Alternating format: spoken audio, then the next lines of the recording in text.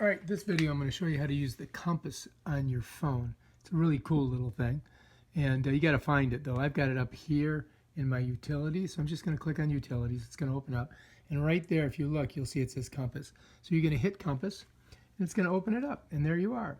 And right now I've got it pointed directly at west, which is 270 degrees.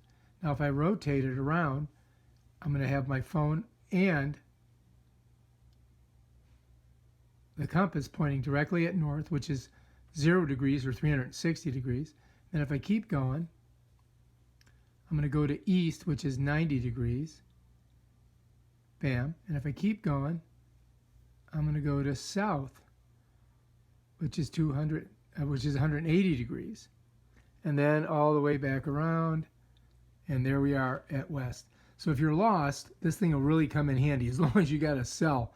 You know, as long as this thing's telling you you're getting a signal, it'll work and you can find your way out of your predicament. If you know that if you go to the west, you're going to find the lake or the road or whatever it is, that'll help you. All right, and so that's how you use the compass on your iPhone. If you like this video, please subscribe to my channel and check out my other awesome videos on how to use your iPhone. Peace out.